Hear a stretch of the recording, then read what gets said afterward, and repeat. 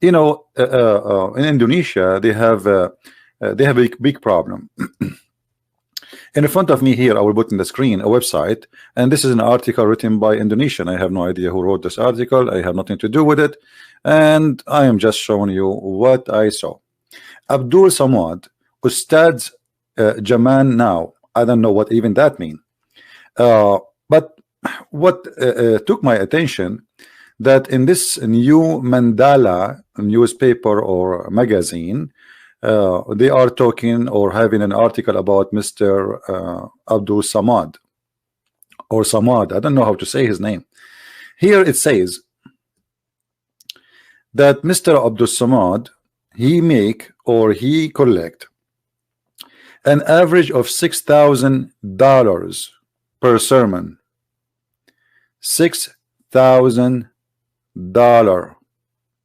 And you know, I was asking myself, a man of God serving God in a country, it's called Indonesia, which I love very much. I love Indonesian people, but it's not a secret that Indonesia is a poor country. The majority are very poor. Why he need $6,000 per sermon? Is that to pay his rent? Is that to pay for his salad per sermon? So if you do 4 sermon a month, he make just from this $24,000 in Indonesia. That will make you live better than a king. And that is telling me, and here you can see the list of how much money he is making, you know. So that's telling me that those people, they are not serving God. Those are serving their pocket out of this poor Indonesian people. This country need universities, need manufacturers, need. Yet those poor people, they are willing to pay a man who say nothing, speak nothing, he know nothing. And I challenge him to come and debate me anytime. And I will show you that this guy, he have no idea what he's talking about. And even when we recite the Quran, I die laughing.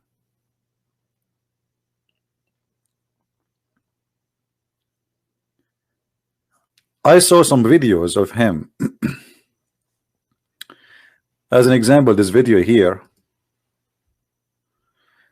satisfy lost self in Islam. I cannot play the video for you. You can play it. But you will see in this video, this guy, he quote for us, the Quran says that a Muslim, a good Muslim, is the one who protect his private part, and it's not lawful for him to have any sexual activity with anyone except what is lawful for him, his wives or his slaves. So he's teaching you in the year 2019, go own slaves and rape them. And that is supposedly will satisfy the lust of a Muslim. This is what he quote for us. I wish I can play the video. Anyway, you can search the video here. It's a quote, satisfy lost self in Islam by Ustaz Abdul Somad. In different video, a person asked him, he have a paper in his hand, I'm reading from, handshaking with non-muhram. Muhram in Islam, it is somebody, I mean, it's funny, non-muhram. Like if you have a family member, you can shake hand. Like, you know, you can shake hand with a male. He is your uncle, as an example. You are a female. So the question, very important question, and this is why we pay him $6,000 every sermon, because we want to know if it's okay to shake hand with a stranger or not. The only one who can give us the answer is this guy. And then he tell you that good Muslim women, she put a tissue over her hand and then she shake hands with you. Wow. And that supposedly make her and make you following Allah. You know, I would like Ustaz Abdul Somad to explain to us how the Prophet, peace upon him, he allowed the Muslim women and Muslim men to share bed together without marriage for 3 days 3 nights. It's called muta. And you know that this is not temporary marriage. This is nothing. It's even the name is muta, which means sexual pleasure. So how you are so conservative following Islam, and then you say to us that you have a prophet, he taught the following.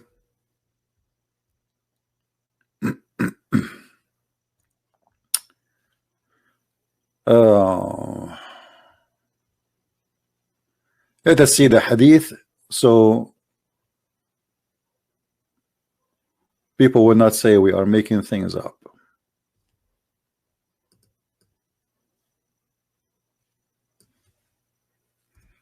So a Muslim woman, she cannot shake hands.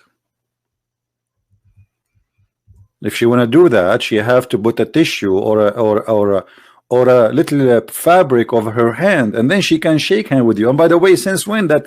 I mean, where in Islam it says you can shake hand with someone he is a man by doing such a thing? Where this guy's getting this from? He's just fabricating. I challenged the Muslim, by the way, to show me where he got this from. Ask him what is the difference. In front of us, we have the Prophet speaking, and here there is a false translation. As an example, here it says their marriage should last 3 nights. It doesn't say anything about marriage in this hadith. This is the hadith in front of me. It says that the Messenger of Rasulullah sallallahu alaihi wasallam قال أيما رجل وامرأة توافقا فعشرة ما بينهما 3 ليال فإن أحبا أن يتزايدا أو يتتاركا تتاركا. Very simple. There's no marriage. Any man, any woman, they want to share sexual relationship together for 3 days, 3 nights. If they like to increase, they increase. If they like to decrease, they decrease, or they lift each other. What is the marriage? What is the word marriage? Who want to show me the word marriage in this? But it appear in the translation, and they put it for you here. Temporary marriage. Okay, can we have temporarily handshaking? So in Islam we can have sex, it's called temporary sex, but we cannot have temporary handshaking according to Abdul Somad, ustads. I mean, do you see how conservative this religion is? We can go in the bed and have boom boom, moom moom, doom doom, but we cannot shake hands, brother. Haram, brother. It's haram. Haram. We are very conservative people, brother. If we ask Zakir Naik, he have a different idea.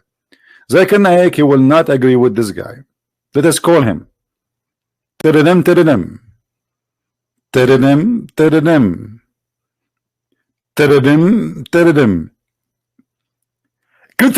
I told you don't call me, and I told you you will not answer you. Hey, brother, we have a problem here because your brother in Indonesia, Ustaz Abdul Somad, he said that you can shake hands with the Muslim, just put some tissues in the top of it. This is an idiot, and he do not know what he's talking about. It's haram in Islam because this is forbidden, and he is not over for him. Brother, hold on, don't go crazy. What about the Prophet allowing you to have a temporarily women in the bed? So temporarily shake handing is haram, but temporarily women in the bed is halal. First of all, this is abrogated, and it's not valid no more. Abrogated or not, how and what kind of religion allow a Muslim man to have a temporarily a woman in the bed? So it was lawful, now it is not lawful. What kind of God he makes such a thing lawful anyway? Like, was it in the time of Moses that a man he can have a woman temporarily in the bed? It was lawful in the time of Isa that somebody can have a woman temporarily in the bed. So what happened? Allah, he make it temporarily, and the second day he changed his mind. First of all, I'm not going to answer you, and I'm going to call my lawyer, and I'm going to sue you. Zakir Naik, you sue me or not, you have no answer. What is the reason and what is the logic? We cannot shake hands, but we can shake them in the bed, brother. How you can explain that to me? First of all, Christian Prince, you are fake, and you are, show me your faith. Show me your faith, I will answer you. What this had to do with my face, Zakir Naik? I want an answer.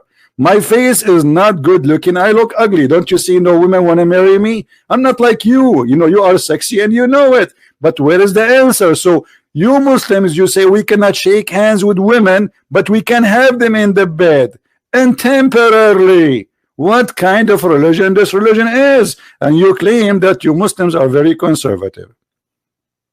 Hello? Brother Zakir, are you there? He hang up. So when I listen to those who call themselves Muslim scholars, I found a bunch of jokers trying to make something out of nothing. Or they want to teach us that Islam teach you to be like a person of modesty, a person who protect himself, a person who keep himself. So wearing hijab have nothing to do with being modest.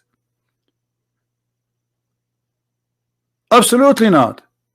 Because what the point if women they are can be for sale anytime anyhow?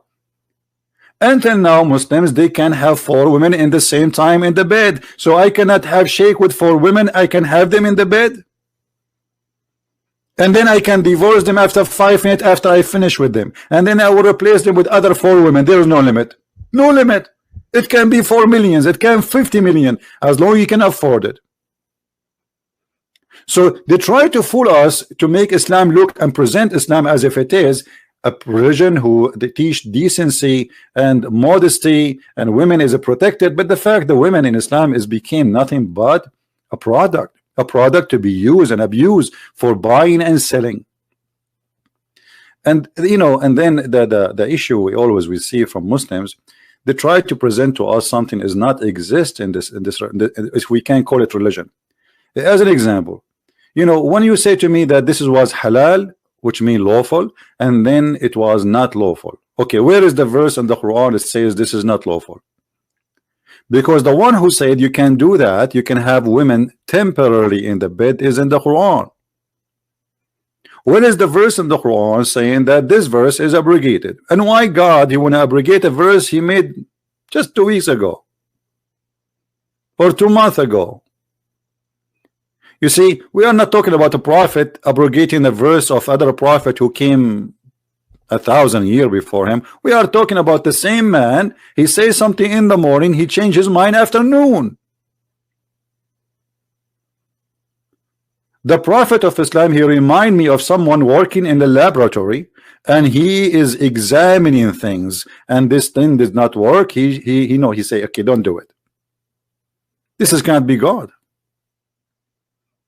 And what is the wisdom of this? 3 days, 3 nights, and okay, what we got with this? Decency, it is part of belief which is claiming to be coming from God. I don't see decency here. I see just only lust and somebody driven by sexual desire. And this man, his name is Muhammad, is trying just to drive his men to believe in him by giving them open. It's a hippie religion. It's totally a hippie religion. You see, they say to you, we are conservative, but the fact Islam is a hippie cult, because until now you can have 4 women in the bed, an unlimited number of slaves. What if somebody have 1,000 women slaves? Yes, he can have share the bed with 1,000 women. It's a hippie cult.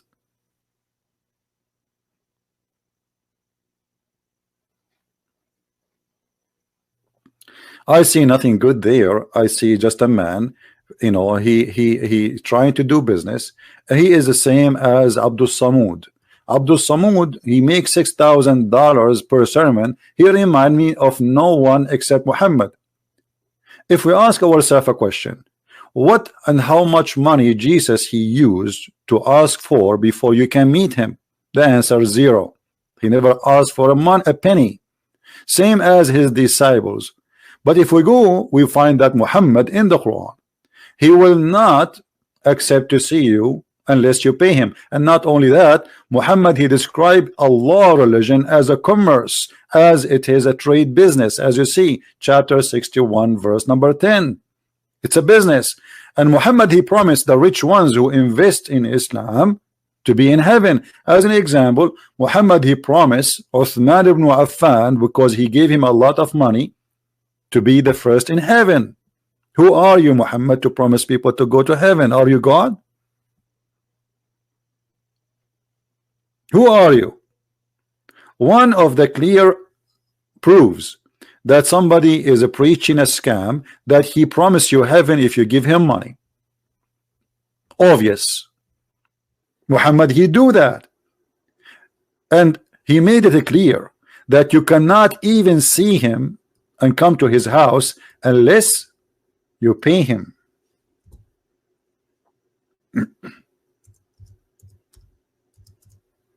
Why? Why, in order to speak to a prophet of God who is doing, he's a man of God.